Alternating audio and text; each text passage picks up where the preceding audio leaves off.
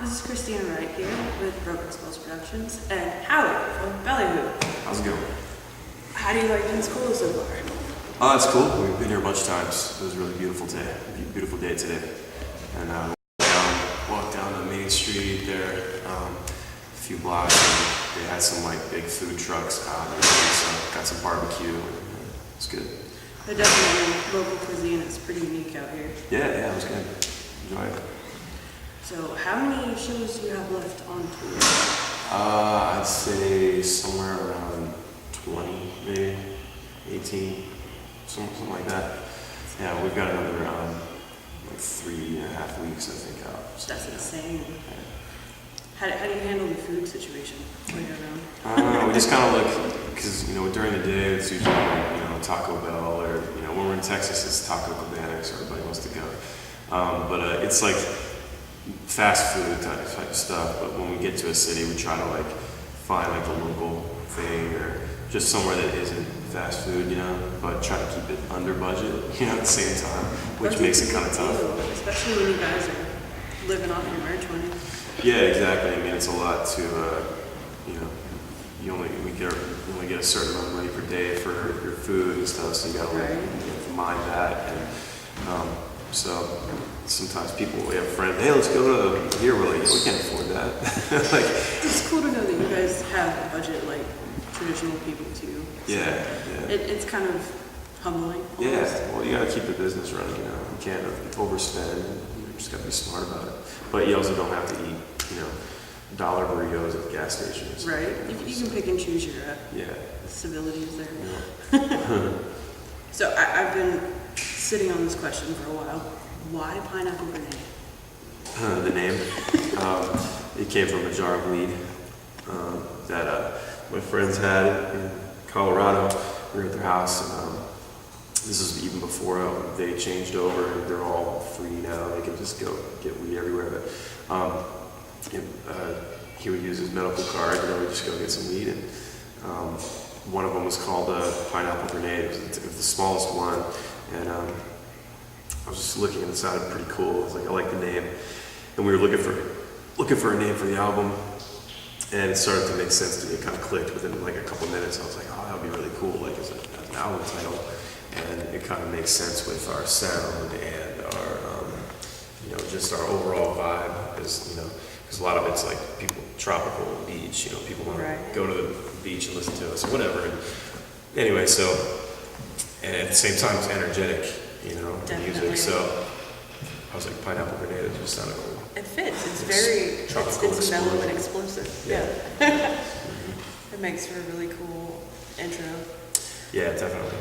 I've kind of had both albums on repeat for like the past week or so. Thanks. So I get stuck on Battle Cry. Oh yeah. The song, it hits really hard. Cool, thank you. I like that one a lot too. It's one of my favorites from the album. So how did the Authority Zero tour go with the Summer Sickness? It was great. It was awesome. It was all good guys. Versus the World, they opened the tour, and so it was the three of us just kind of going around for like 2 months, I think, and it was just a good time. We're all good friends at the end of it. Still text each other like stupid messages and pictures. Like girls. Yeah, exactly. Just dumb shit. It's nice to, hey man, how's your tour going, man? Or like, oh, hit us up. So, how's your tour going? I don't know, just good guys. It was a lot of fun. That was definitely the most punk rock tour you've ever done. Right. So we usually play with a lot of like reggae bands and stuff. And I love that, but it's nice to just play a high energy show from start to finish. Yeah, because reggae is cool, it's smooth, it's mellow, it's awesome. But then you get punk rock and your entire body just changes. Yeah, you just kind of go for it. It's definitely a totally different reaction. Yeah, it was good. Let's see, how is the Bruja? That was great. That was like another band that we love. We actually did 2 tours with those guys, Pacifier. We did the fall, and then we started getting shit pretty quickly from fans out west that weren't getting the show because it was just an East Coast, Midwest kind of thing. Right. And so we kind of realized, all right, well, and we were having a good time, so we had our agents start booking the West Coast side of it for the winter, and didn't tell anybody until probably like December maybe, and we just kind of, I don't know, we just kept going with it. It was just a lot of fun. It was good guys again, and they're really great musicians. It's fun to watch them play. Like, they rarely, have a bad show. It's just good, I think they're going to be in town Friday. I think so, yeah. They're kind of following behind us a little bit. I'm going to see if I can't get on. Yeah, you should definitely look up. That's going to be a fun show. Those guys are awesome. So how did the actual formation of the band? I know your brother's in it. Yeah. Was it just you two? Yeah, my brother and I started the band when we were like 13 and 14, because our dad had taken us to see like a handful of the 80s glam rock bands, in the late 80s. And, I just fell in love with it. I thought it was such a cool thing to go to an arena or whatever, 10,000 people and watch a band rock out for a couple hours, and, singing all the songs and the lights, and it was really loud. And just thought it was amazing. So it kind of stuck with me, and finally learned how to play guitar when I was like 12 or 13. And then we just decided we were just going to start playing, and we had a friend come from school and jam with bass, and played our first show like about 8 months later, I think, from the first day we started practicing. It's a pretty impressive progression. Usually takes folks at least a year to 2 years. Yeah, I remember my uncle saying, he's like, you're not going to play live for about 3 or 4 years. You're just going to keep practicing it and everything. And I was like, yeah, right. And I just knew that we had something good, we were we were so much better than the other bands, that were playing at the time in our area. I thought we had a really tight setup, and I look back at those old tapes and stuff like VHS, and I'm pretty proud of it. We actually sounded okay. It wasn't horrible, but it was pretty much about summer, July of '95, and then when we formed, and then we played our first show March 1st, 1996 at our high school. So it's pretty crazy. When did you guys form the record label?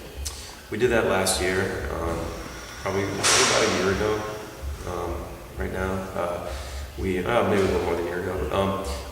We just kind of decided we've got a lot of knowledge from this side of the business. We've done the touring artist side, and we had dealt closely with our last couple of labels, and we just figured we would take a shot and try it on our own.